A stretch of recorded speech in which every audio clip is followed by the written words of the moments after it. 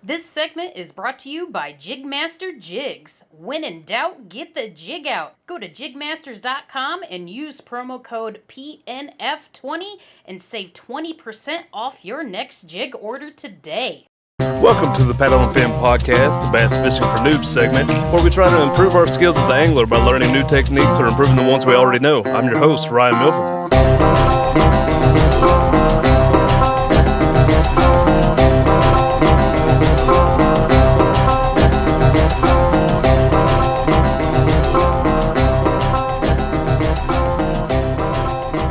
Welcome back to the Bass Fishing for Noobs on the Paddle and Fin podcast. I'm Ryan. We got Sean in here tonight. Hey. And then we also are joined by the Trash Panda, Mr. Josh Eldridge. What's up? And welcome back for like the 10th time. Hey, it's all good, man. I like doing this. He's a wealth of knowledge. But like a dumpster fire of knowledge, maybe. Hey, the Trash Panda works for that too, right? I dig through your trash and then light it on the fire on the way out. But something I did want to bring up, you know, we do kind of have like a topic that we want to talk about tonight. But something I wanted to bring up is, and I made a post about this in the noob tournament group, is the numbers aren't as high as they were last month. And so like I asked people like why, like for them personally, what they're struggling with. Is it harder to find the bite since it's getting warmer? You know, people starting to go back to work and stuff since everything's starting to open back up. You know, what it could be. And, you know, some people, you know, somebody had surgery, somebody had a newborn and all that. So I was just wondering what y'all's theory would be on that. I'm going to say with everything opening back up, people just aren't as like on the water as frequently, you know. I mean, when you're shut down and you're not working, man, it's easy to get out a couple times a week, you know. I've been fortunate that after losing my job because of the whole virus situation, I had 1 week where I didn't do anything. I took care of the kids because their daycare was closed. And then the following week, a buddy of mine had some work he needed help with. So I helped him for a week. And then the following week after that, I started a new job. So my time has been still limited. I try to get out on the weekends. I did the overnight trip to the river to go up north when I did the noob tournament against Dustin and Dan, which bit me in the butt. And then turned around and went up to St. Clair. Can't believe I forgot, it was so much fun. Went up to St. Clair and stayed there for a couple days and fished, and that was a blast. But you know, that's kind of like where I'm always limited. I could get out for like a little bit here and there, like during the week, but it's really, I'm limited on time. You know, by the time I get my boat packed up, get everything all ready to go, you know, it's just hard to find that time. But with everybody being off, you know, pretty much during the month of May, and it seems to be everything opening up in June, I would say that's probably one of the number one, if not, you know, one of the top reasons at least why the numbers are. And it does get to be a little harder in the summertime to find a bite, especially when you've got at least up here, a lot of fish just spawned, you know, the largemouth just came off their beds, a smallmouth, depending on how far north you travel. Like when I was in St. Clair, they were just finishing up. The females were moving out. The males were still hanging around guarding. But by now they're probably gone, you know, because by that third day, dude, it was completely different fishing than it was the first 2 days. And, you know, we basically caught the tail end of the whole spawn situation. So, you know, there's a lot of people that believe that like the fish, I've heard this before, like they have like a theory that half the fish will go out deep and half of them will kind of stay in the shallow water. Just, you know, they'll stay though up against the structure and stuff that provides the most shade. So you're looking at your lilies and really good overhang trees and, good brush piles, laydowns, that sort of thing. But, it could be number of reasons. How far off is it numbers wise in your? Uh, it's Like- hard to tell, because the last time I saw May, it was at the end of the month, and we're still just over halfway through the month right now. But like, there's still, it seems like there's not that many people that have limits so far. I'm gonna say probably, let's see, only, well, there's probably like 16 or so people with limits right now Mhm. out of 39 people. And, even myself, I'm way behind. I only got one fish right now, and it's a small fish. I'm still beating Sean, but but But yeah, the bite where I am completely changed too. It went just dry. Like I think I'm gonna have to. I don't know if, like you said, if it was just I was fishing right after the spawn and they were just spawned out and just chilling for a while. But they weren't up shallow where I had been catching them.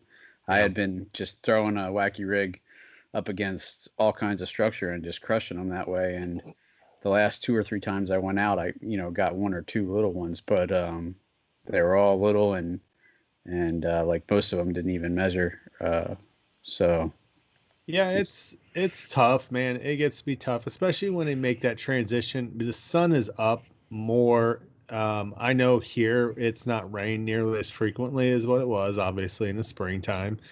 I mean, it's kind of been a rarity, and when we do get rain, it's kind of quick. And I think a lot of bass will tend to feed in low light conditions. They prefer that. They can see better in shade and like dark lights or low light situations than what bait fish can. Like bait fish are really attracted to bright sunniness, like in a sense. And that you'll even see them, like if you're fishing at night and there's lights like around, say like you're in a marina, the bait fish will congregate in those well lit areas. Bass don't see from what I understand, a little bit of research I've ever done and read, that bass don't see well in like really bright light situations, kind of like that. So, so that's I would interesting. say with the like highlight, I mean, the sun being at its peak right now. I mean, we're about to hit the longest day of the year here on the summer solstice. So, they might kind of switch to feeding at night or feeding in that first hour of daylight, and then that last hour of daylight. That's interesting. So bass maybe like more in like the shady area, while those bait fish are out in the sunny area. So those bass probably sitting there waiting for those fish to come right through, right close to that line, and just jump out, snatch them, and head back in.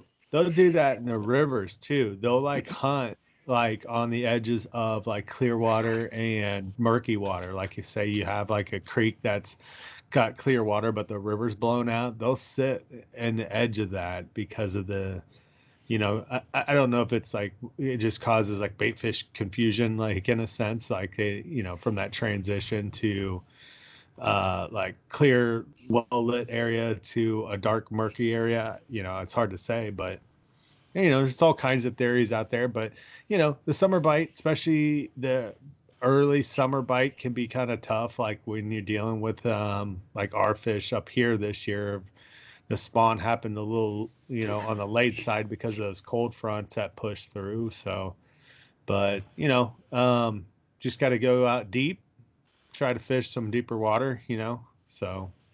I know weather's played a big deal for me too, because like just these evening storms, like I'll get off work and by the time I get home, eat dinner, there's like storms rolling through. And then I'm like, oh crap, I guess I'm not going tonight. And it just seemed like a repeating pattern in the last like 2 weeks or so. Like every time I think I might be able to go out, a storm would roll through and just kill my chances for that night. Yeah. I've gotten to where I really like fishing around storms. Like is it when a storm's coming in? I've really been having a lot of success fishing before that. Yeah. It's actually one of the best times to fish is when you got like some sort of front getting ready to push through. If you can, catch the prefrontal conditions where the wind picks up some and you get that weird temperature drop, because like anytime you get wind like that too, is it creates current in a sense, so the water's not sitting still, and it makes fishing for you better because in a sense you won't be as noticeable to the fish,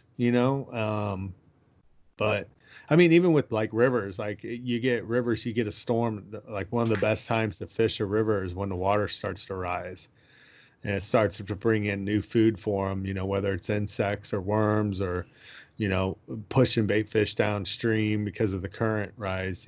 I mean, I've seen it firsthand. Now, the day that one of the last times I did it, the water was pretty bad, like muddy wise, but the fish were feeding like insane, hitting everything on top, like eating every bug, everything they could possibly. And I was seeing bass and like quillback suckerfish. They look like a mix between like almost like a smallmouth and a carp, but they have these like little red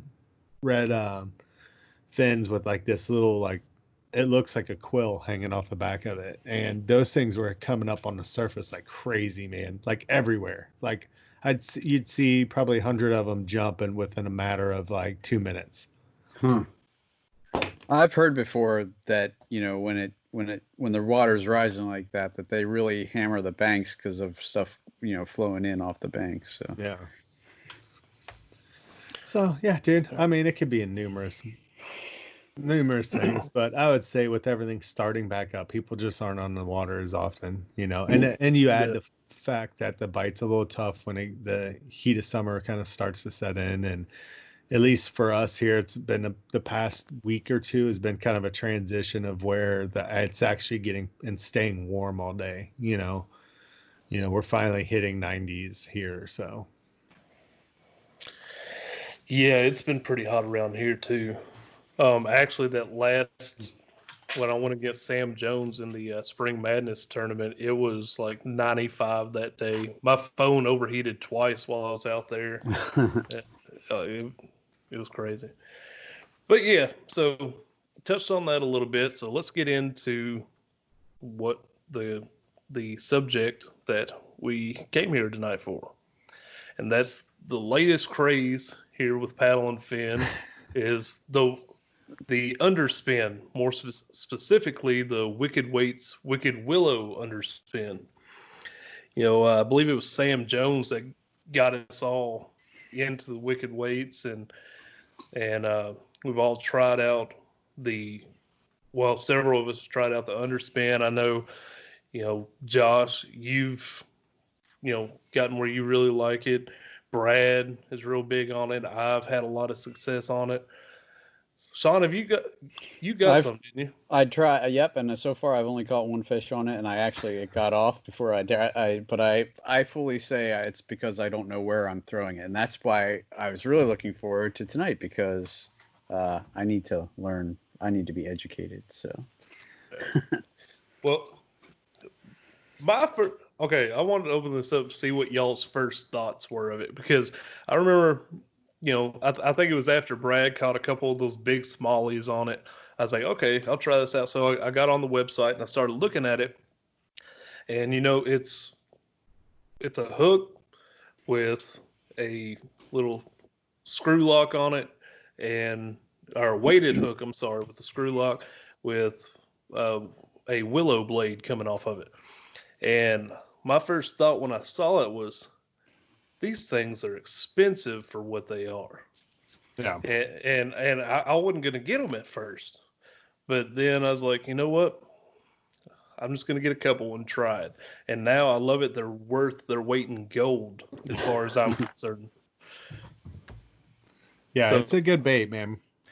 You know me, I was throwing EWG style screw lock hooks with weights on them already with Kitex. Mm-hmm. Basically, the only difference is now the weight's made out of tungsten. It's a little further back than what I was using before. A lot of the ones I was using before were the weight was more towards the front.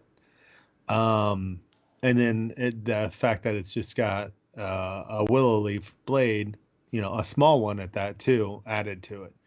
So it was nothing really different from what I was doing besides adding some flash, so.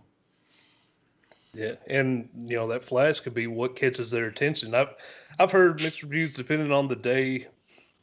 Having that blade could be what they want, or even not having the blade and just the weighted hook could be what they want, and they won't bite with the blades. But yeah, we're gonna talk a little bit about how we throw it, what we throw it on, all that good stuff. So you want to take it from there, Josh? It's up to you. You go ahead, man. Well, what setup do you use for it? So there's two possible setups that I would throw with it. One of them I haven't really used yet, because the situations that I've so far used, because I'm kind of new on the train of throwing underspins. I threw some last year, with a little bit of success, but I was throwing a different kind of style. Same concept. It was just that I was throwing one with a Colorado blade, and it was gold. And I think I had a silver one at one point, and it was a Colorado blade also. Basically, at the point I was trying to do is throw that in muddy water conditions, like where the water was dirty, and try to bring some more attention, because when you do throw a Kitech, it's got a lot of thump, by itself, because that tail, shifts back and forth so hard. But still, like, even with throwing that, it's sort of finesse a little bit still, in my opinion. So I'm like, it's a plastic bait. It's not going to make a whole lot of racket. Now, fast forward to this year, I decided to try it. I saw Brad did have some good success with it. Brad and I had done the review with Sam, and Sam pointed out some stuff that sparked an interest for me. And that was when he was talking about like bed fishing with it. And, I was like, yeah, I've bed fished before, and I've used Kitechs before, and it works to get bit, but sometimes, more often than not, I would have the bass that I was kind of sight fishing would like pick it up, move it. They wouldn't actually like bite the whole thing. They wouldn't hit it like head first like they do normally with like minnows, minnow style baits. They'd pick it up by the tail, move it. I'd feel the hook set, and there'd be nothing there. So, and after seeing it visually a couple of times, and I decided to try it, with the Wicked Willow. And it was funny, as I was sitting and I look over, and I just walked through this area that I know is like kind of like a spawning area, and I was on foot, and I was pulling the kayak behind me, and I scared a bass off a bed, and I was like, oh, well, there they are over here. I hadn't seen them yet over there in the spawning area. So I pushed the kayak into a little shallow area, and I walked around, and I fished this little hole that I could see in the river. And then I turned around, and I'm like, hey, there's a bedding area right there, but I can't see the fish. Now, that's what's amazing about smallmouth, is how well they'll camo into their surroundings. But a lot of times they will put like something like in the center of the nest, like and a lot of times, I don't know why, but it's like something white, and I could see it, and it was like a little white pebble, or maybe at St. Clair they were using like shells. Like, it's like they, like, in the center of every nest, I would see almost like 85% of them would be this little white shell of some sort. You guys getting that reverb? Yeah, a little bit. There it goes. All right. That's awesome. Sorry about that. But so I see this like little white dot in the center of what looks like a spawning area, and I threw that bait on there, hopped it over to it, and usually that's like the sweet spot where they don't want anything, no fish, no nothing, like around in the nest. So I did what Sam said. I put that bait there and twitched it up just to make that blade turn a little bit, and I didn't even notice it at first. Like, dude, that bass was right there, and I didn't even see. Just turned and grabbed it, and I hooked it and landed the fish. And it was obviously a male. I don't know. I don't think that they had spawned yet that day. I think they were setting up too, so the females hadn't really moved in yet. But anyways, that's what I ended up doing in St. Clair, but it was different. I couldn't sight fish in St. Clair because I couldn't anchor. So I was pedaling a lot, staying in position, but I knew where the beds were. So I was wrecking through the beds basically with a underspin. So I was fishing it like in a sense of its intended uses as a moving bait, but instead of like a constant retrieve, I would reel in through like the grass because it was a grassy area. It was real sparse though, and it would hook on to like a stalk, and I would just pull it off the stalk, not rip it, just a little bit to get it to come loose and let it drop at that point. And I think those fish were like spawning like right at the bottom of that little bit of vegetation. And I would get hit like right as soon as I would pause it. Like at that point, there was a couple that I picked up, like a couple females, I think, that were like roaming around. And there was a couple that I hooked when the bait was moving, but for the most part, most of my success came from when I killed it. That's how I kind of fish swim baits. I don't plastic swim baits like High-Techs. I don't tend to reel the whole time. I will. The beauty of, and this goes with the underspin, the beauty of that bait is there's 100 ways to actually do your retrieve. Like it's whatever you want to do. Like when it got real muddy last year, I had real good success with the white one, and I would burn it like 3 or 4 cranks and just stop. And a lot of times I think what was happening is the fish were keying into the motion of the bait. They couldn't necessarily see it, but they're following whatever motion that they're feeling in the lateral line. But as soon as I would kill it, they would come up and see it and then attack it, at that point. And it worked flawlessly last year. Like when it was muddy water, dude, if I put it next to vegetation or like a rock pile and I would do that with that bait and kill it and let it sink a little bit, I would get hit like, I think 95% of like my muddy water fish last year in the river came from fishing it like that. I was going to ask about what part of the water column you're targeting, and like, is this pretty much obviously if you're sight fishing, it's pretty shallow, I'm guessing. Yeah. I'm not the best deep water guy.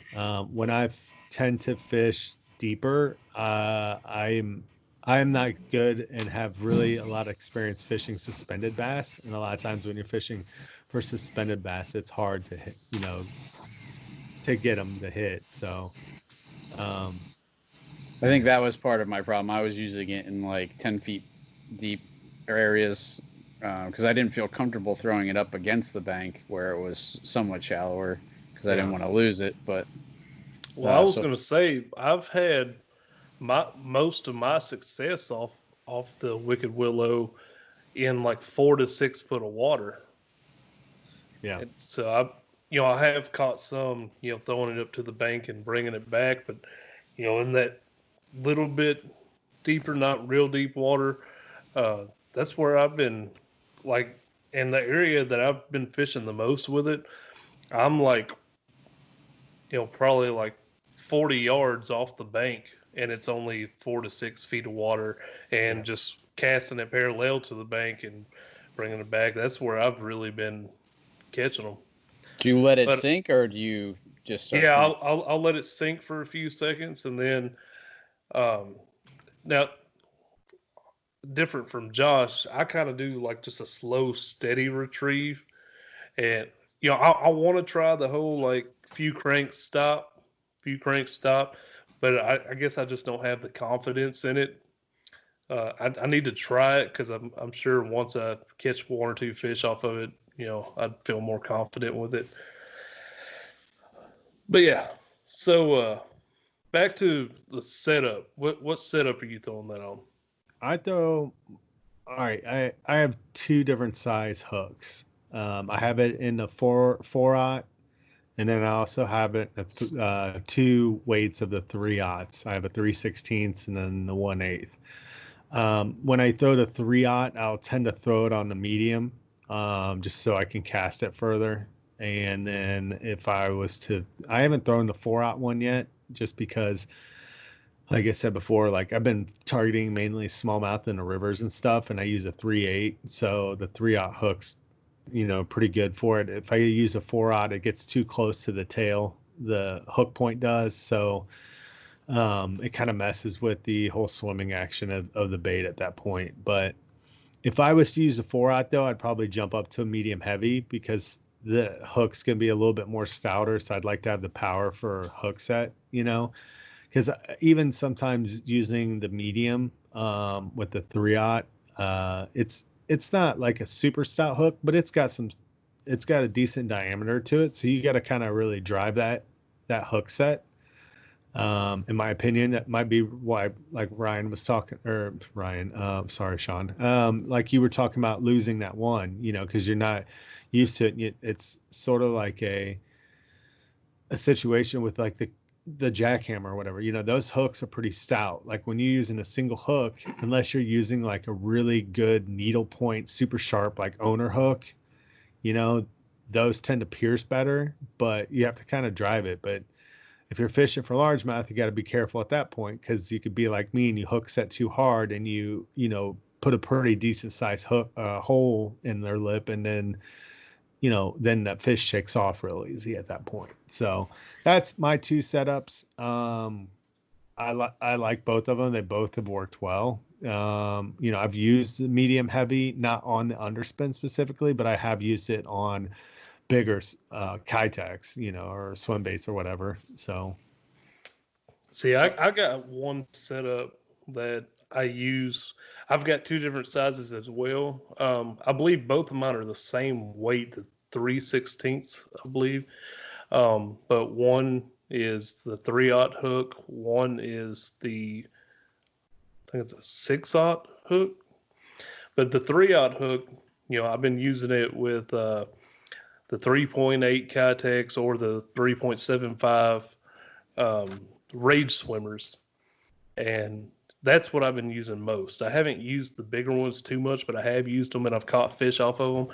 But with the 6/0, I've been using like the 4.8 Kitex. I'm going a little bit bigger with that, but I haven't used that a whole lot. I've been sticking with the kind of smaller. But my setup for that has been a 7-foot medium heavy rod with a 7 1-to-1 casting reel, and I'm using 15-pound fluoro. And I don't, they could probably use some tweaking and stuff, but I feel like it's done me pretty well so far. Yeah. I think part of why I missed that fish was because I didn't know what the bite would feel like. So I was just reeling, and I thought I snagged on something. So I just kind of pulled and felt the weight, and then the fish jumped and threw it. So before I even knew it was on there. And see, that's the thing with me that I've noticed is I rarely feel a bite. I just feel it get heavy. When I start to feel like it almost feels like I have like some grass or something hanging on to it. When I feel that, that's when I set the hook. Now there have been times where it is grass or something like that, but a lot of the time it's a fish on there. Hook sets are free. Yeah, right. Until that bait's snagged on that log. So I've been wondering about that. Most of my rods are like cheap rods and stuff. So is the bite kind of the same for you? Do you feel it whenever you get one on there? I tend to fish it slow somewhat. Like I told you how I kind of like I'll burn it sometimes and then kill it, but I don't really do that unless I'm trying to bring like a lot of attention because of maybe the dirty water or whatever. If the water's somewhat clear, I'm almost jig fishing with that thing, dude, to be honest with you. Like I'll like creep it up, reel in my slack, creep it up, reel in my slack, hook onto the vegetation I'm trying to bring in, bring it through, let it pull through. Sometimes you can rip it, dude. That's what's cool about that bait, specifically a plastic swim bait. The underspin is just adding that flash to bring more attention. But I've fished it before where I rip it through grass like you would a lipless crankbait, but a lot of times you'll feel a bigger hit. I think what you guys are getting when that happens is in a sense of like a crankbait bite. Like it's following it and it bites it and the line's heavy. You don't necessarily maybe feel that thump thump.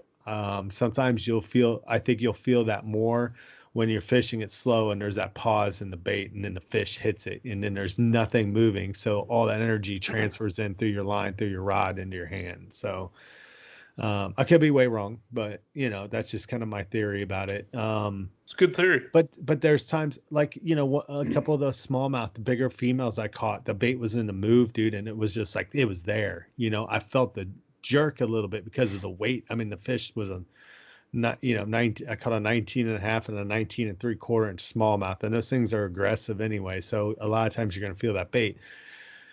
With largemouth though, largemouth kind of feed a little bit differently.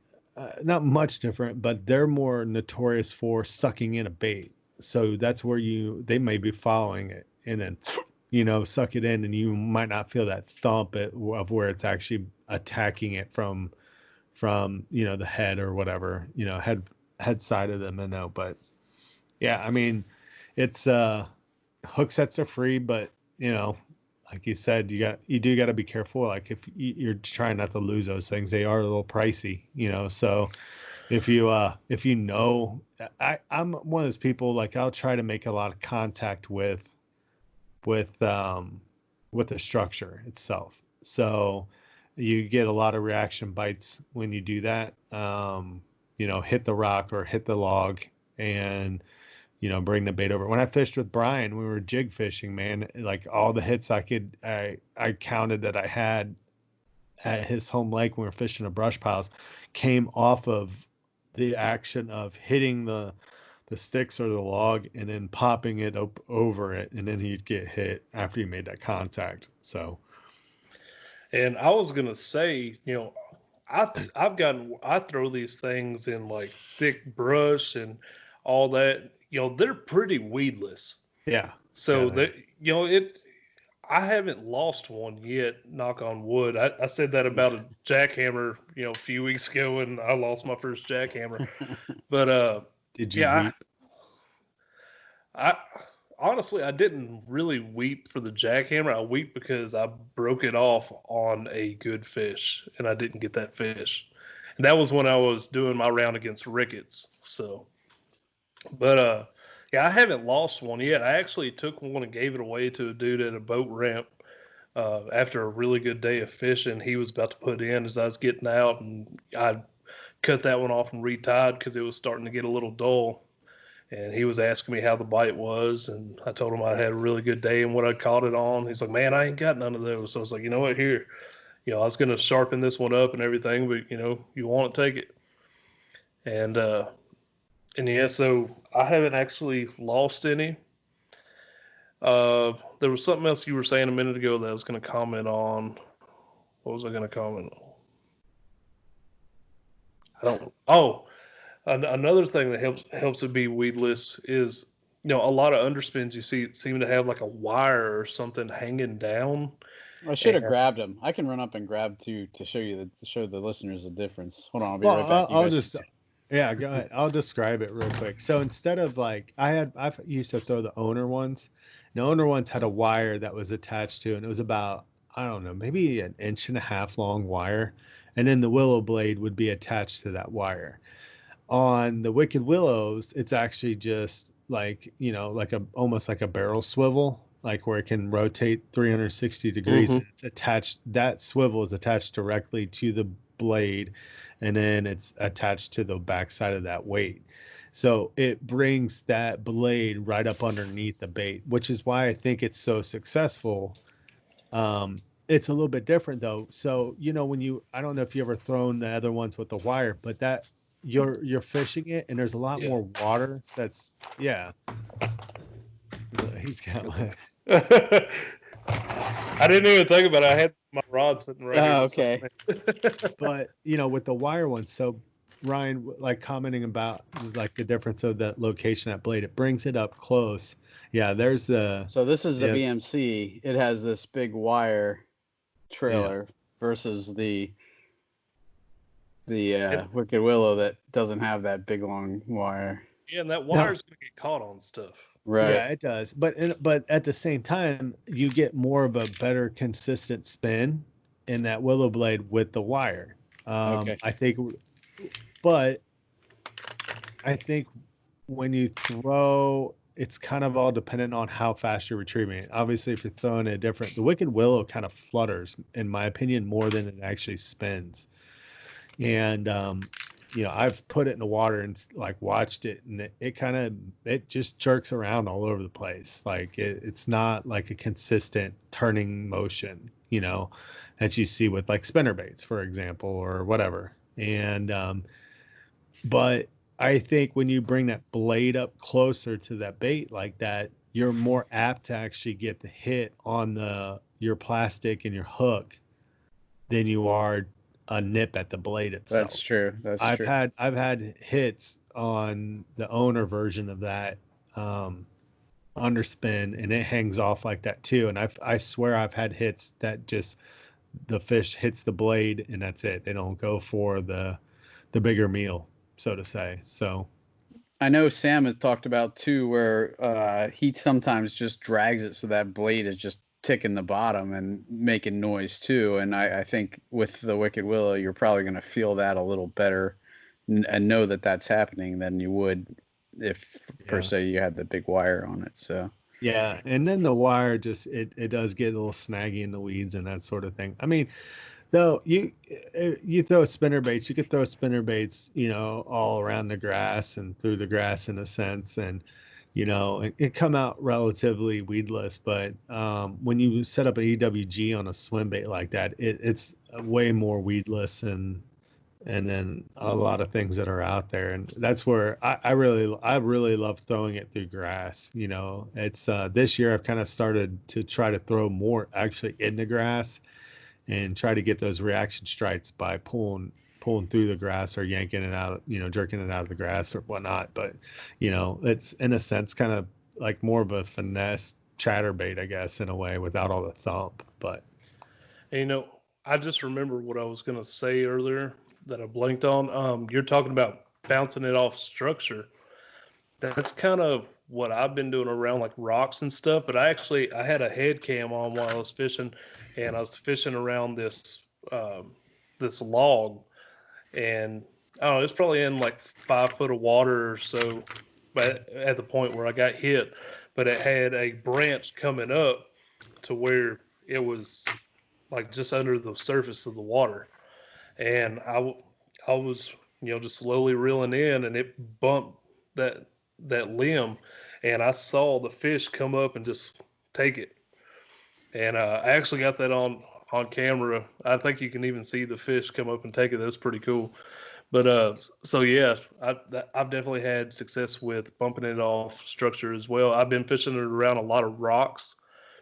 Percy Priest Lakes, where I've been fishing mainly here lately because of the whole bracket tournament. I needed somewhere with a good signal, and so I've been fishing out there a lot. And it's like no grass, tons of rocks, and so I've been bouncing it off these great big old rocks that are all out in this water, and I've caught fish off that too. I haven't thrown it in the river yet, so I'm really looking forward to doing that. I had thrown it all the times I threw it were in the lake, and so the river I think will be a much better application because it's shallower, and it's moving. Yeah, I mean, just with the current, it's going to make the blade gives the blade some movement too. So yeah, it's definitely a good bait to throw in the river as well. There's no doubt about that. So, and I think it kind of brings a little bit of attention because you think of a river, it's going to have much more like underwater noise going on, just because there's more current and everything like that. So it kind of helps distinguish that bait and bring a little bit of flash to it as well. So, and I know like in our rivers around here, there's tons and tons of little tiny silver bait fish everywhere, like everywhere, man. And a lot of those bass will, especially the smallmouth, will feed up on those little minnows. I mean, 9 times out of 10, if I kind of key on a spot, all of a sudden it's because I've watched like 10 of those little tiny silver minnows like scatter up on top of the surface of the water, and then you see like a boil or something around there from a bigger bass or whatever trying to chase them down. So it's And for whatever reason, like the bedfish just get pissed off at it, man. They hate that blade, so it worked well. So, But since this is the noob show, I do want to throw out there for people that aren't used to rigging soft plastics or even specifically the soft swim baits. You want to make sure you get that on there as straight as possible whenever you're rigging it up.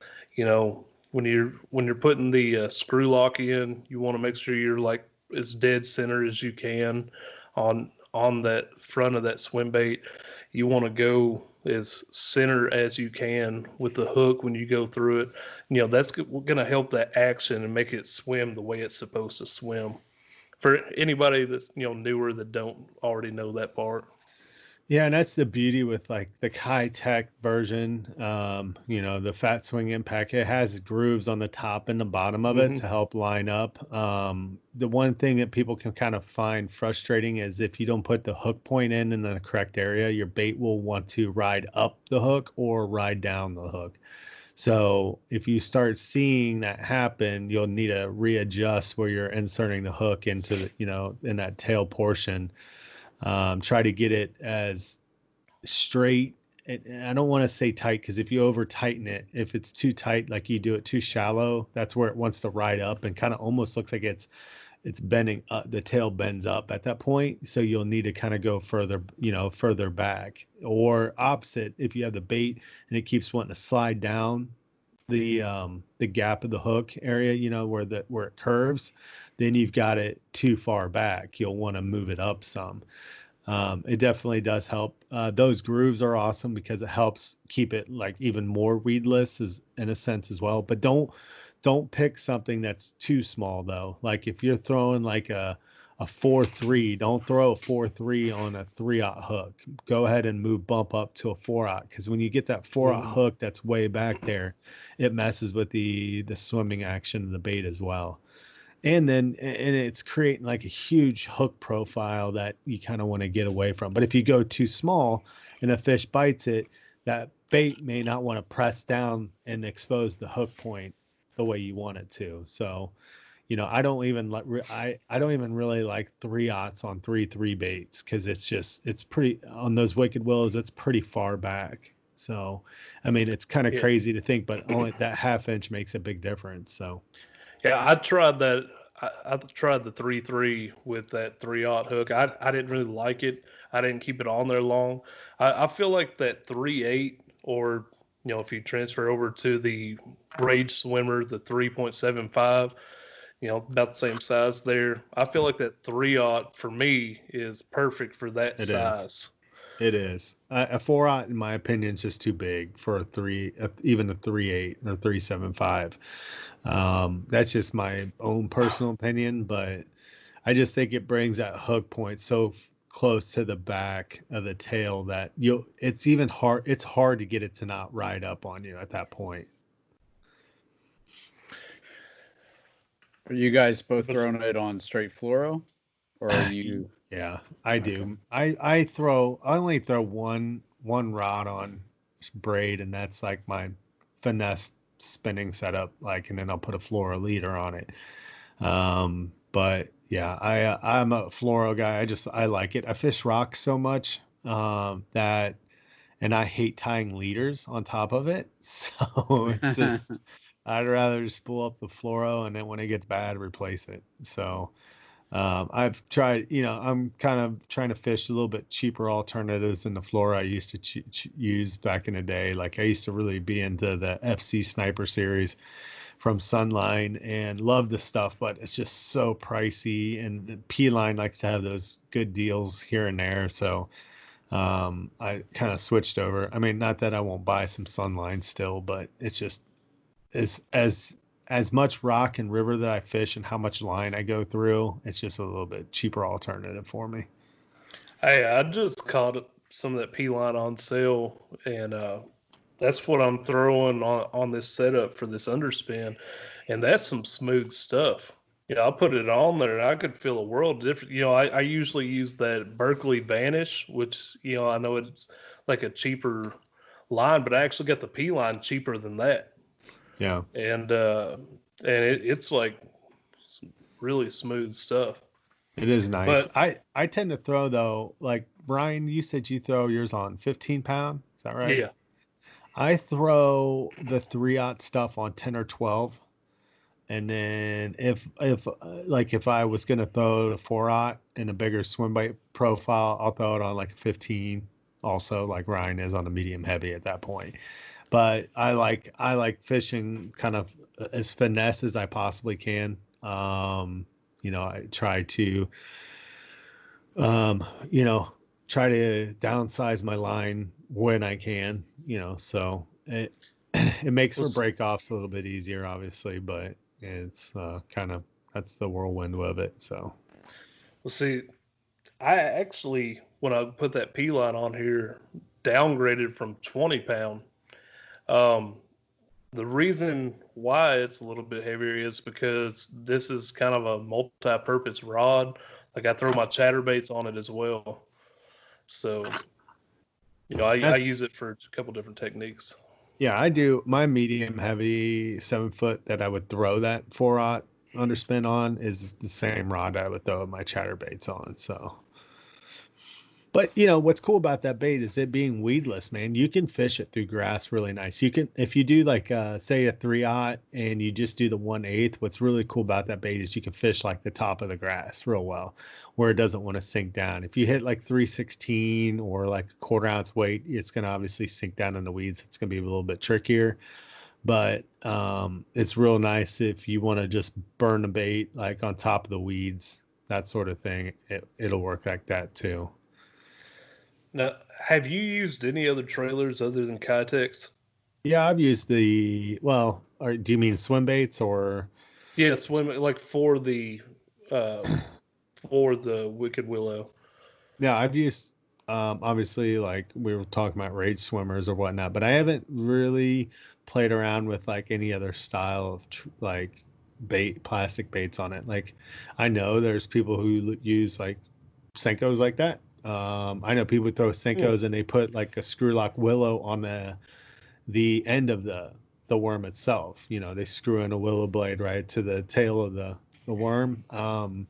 It's whatever you want to throw, dude. Who knows? Like that's what the beauty of fishing is, dude. You could go in there and be like, I'm gonna put a crawl on it today, dude, and I'll for whatever reason a fish attack the shit out of it.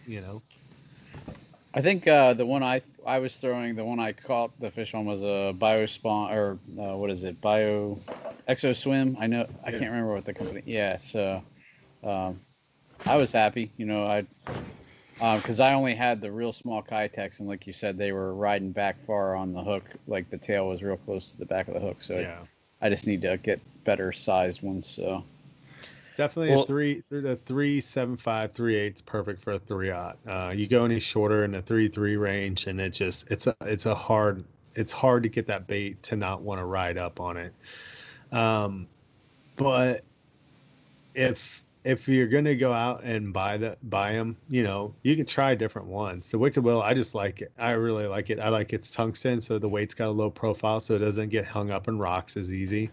It does suck because it is much more expensive, but I mean, heck, dude, the VMC and owner ones aren't that much cheaper, really, when you kind of look at it. So yeah, and I think I just hit them up when they had that last sale, because they had what was it, Memorial Day sale? So with trailers, I've been using Kitex, I've been using rage swimmers. I've caught a couple fish with that Wicked Willow with some swim mates I bought off a dude off a Facebook fishing group that he makes in his garage or whatever. But this is one that I'm interested in. I can't remember the name of this or who makes it. It's a big company. I think it's like Strike King or something like that. But these right here, I want to try that out. I'm not sure about this color. It's kind of a sexy shad color, I guess. But I've never had much luck with that color in any lure around here. Is that a hollow body style also? It's not hollow body, I don't think. I don't know, it's real weird. This one's all messed up, so I can. Yeah, it's not hollow body. It's Okay. pretty solid. I have some like that are like a hollow body. They're real soft. Like it'd be easy for the fish to bite it and like press it down on the hook, get a good like hook exposure. But I've used the Rage swimmers. I've used the Bio swim bait, the Exo Spawn one or whatever it's called. I did my week of fishing with that and kind of following St. Clair got to be so crazy that I went through almost all my Kitex, dude. So what I used to do is I used to take all my Kitex out and throw them in a Ziploc, like a big quart Ziploc bag, not the real big freezer bag, but the like kind of the medium size one. And I would throw all of them in there together because they don't bleed, like the colors don't bleed. And I've never really had an issue in regards to them being like misshaped. I think that bait is so pliable. It's not like some of the stiffer baits out there that if it sits in a certain position that it kind of takes on that form and doesn't go away. I've never really had that issue. I never had an issue with the baits being weird. But for a while though, I did keep them in this year. I've been keeping them in the actual like plastic case, right? And I went through them and I was like, oh man, like I don't have any. I had 3 threes. I had like 10 packages of 3 threes, but like we talked about before, I just don't like hooking them. They don't sit well on the hook. So I had to go into the old trusty bag of swim baits that I had, which is an assortment of all kinds of crap. Like half of it, I don't even know what it is, like what brand it is, because they all started looking the same. But I would put them in the same bag though, because that stench from the Kitex would permeate into all the other baits. So I was like, yeah, add some scent for free. I started to go through that thing. When I was at St. Clair, I threw the Bio, I threw Kitex, I threw Rage swimmers. Every one of them got hit. It didn't matter what color it was. It didn't matter any of that. It was all about swim bait with an underspin. Now some days it might be. It's always best to try to match the forage as best as you can. So, like if I'm at a lake that has got a lot of bluegill or crappie, I'm gonna try to match that up. If it's more of a shad dominated area, I'll throw shad colors, but with that underspin, and I was at St. Clair, and then it didn't matter what color it was. I threw the Easy Shiner from Kitech. It's a much smaller profile. That thing got annihilated. I think I caught it the 19 3/4 on the white Easy Shiner, 3/8 Easy Shiner, and it's not much smaller profile, but the tail's smaller, and the overall body's a little bit smaller also.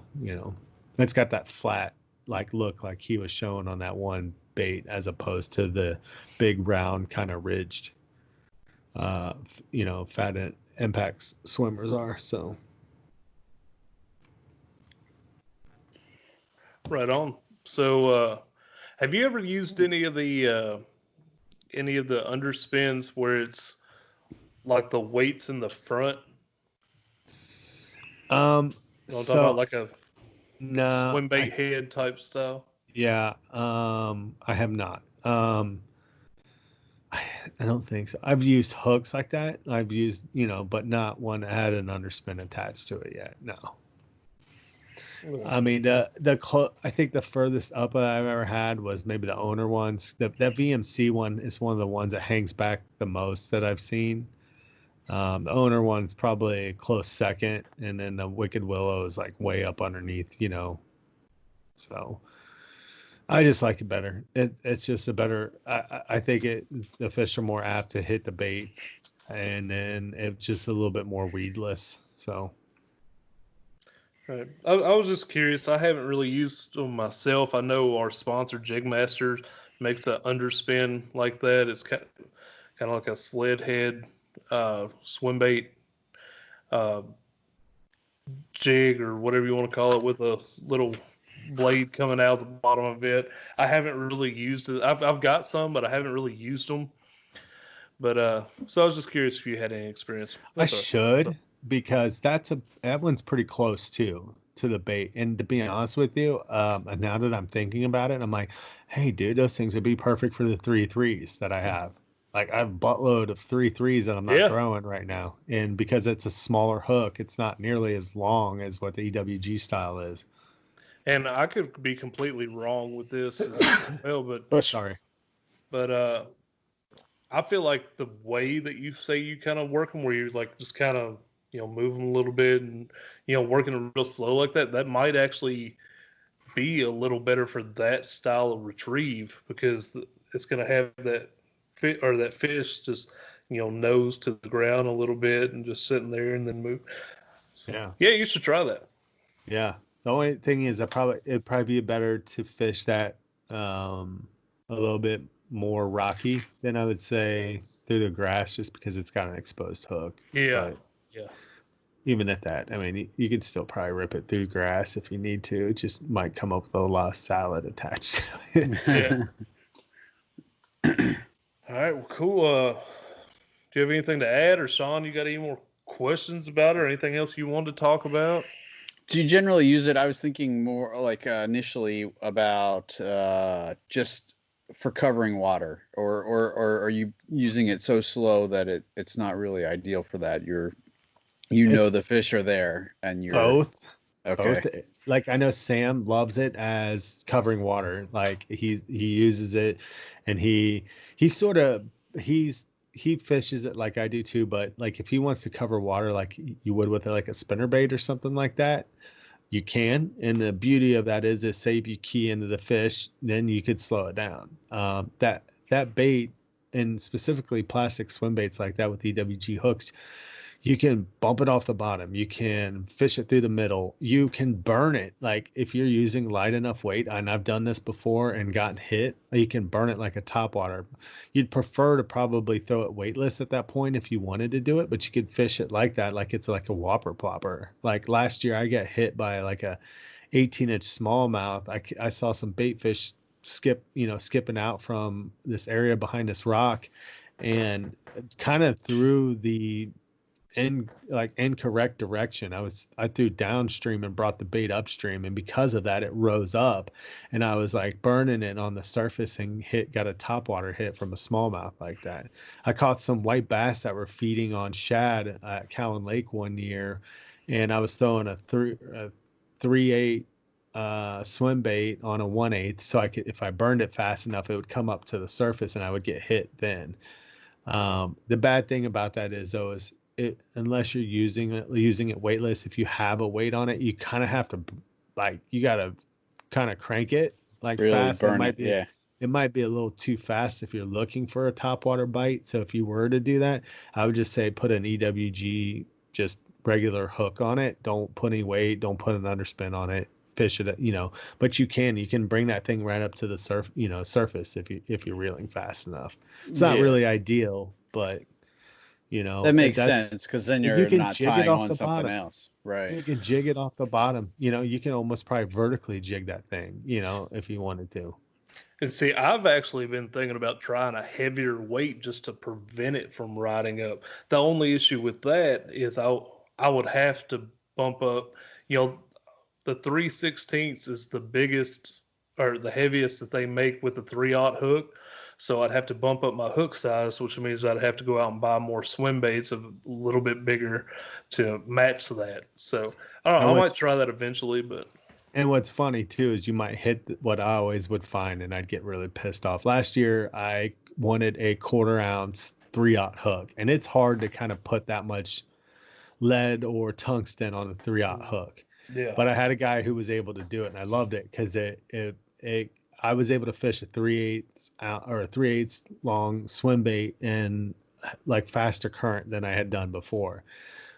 Granted, though, it was hilarious. You looked at the hook, and the whole bottom of it was almost just nothing but lead, But it's definitely like the 3/16 is a good one if you want to go. But if you're trying to fish like 10 feet, maybe 8 feet and more, you'll probably want to have more weight. It just sucks that you have to kind of jump up to a bigger hook size, and probably at that point then you put on a bigger bait, and then you're like, oh wait, now it's too much weight, like for the depth that I'm fishing at that point, you know. And with it being tungsten, I feel like they could make a heavier weight with a 3/0 hook. They just don't do it right now. I don't know if maybe in the future they might offer that or something, but we'll see. The tungsten's nice, man. It's dense, it's smaller, you know. So, but at the same time, man, it is expensive. But give it a shot, man. Check out Wicked Weights, the Wicked Willow swim bait thing. They are pricey, but if you just want to try it out, buy 1 or 2 of them. See if you like it. See if you have success on it. If not, move on to the next. And to kind of help with, okay, when we say expensive, we're talking like $3 or $4 a piece, something like that. Yeah, so per hook. So not like expensive, but for a hook with a blade on it and a little bit of weight, it seems kind of high. But to help with that initial shock, our man Sam Jones hooked us up with a promo code for everybody out there, PNF10. This was kind of a last minute thing, so I don't have details, but I can assume that's probably 10% off of your order right there. So, that'll help you out a little bit with trying them out. I know the prices vary depending on the weight you're getting. So, those 3/16, I think they're just over $3 a piece or something like that. So, but so try those out. Just order 3 or 4. Give them a shot. You're going to fall in love more than likely, just like I did. If not, 3 or 4, you're going to be spending probably less than $20 after shipping. So you're not out that much money. Yeah, shout out to Sam. Thanks for hooking our listeners up with that, man. That was awesome. Sam Jones. Yeah, and check out some of Wicked Weight's other stuff while you're out there, too. They got some other stuff. I'll tell you, I think I have them in here. I was like, what is that? What did you just do, Sean? I was looking for my tackle box. Yeah, I don't have them in this box, but they're weighted wacky rigs. I really like them. I forget what they're called. The Clara head, I think. Yeah. And they come through cover better than, and all it is one single weed guard. But I don't know. I don't get them stuck as much as other ones. Now, I've used. I don't have my wacky rigs in here, but I've used some of the other ones with like the kind of wire keeper where it just hooks on the hook, and those for whatever reason those come through cover way better. So I have to say, check those out too. Heck yeah! All right.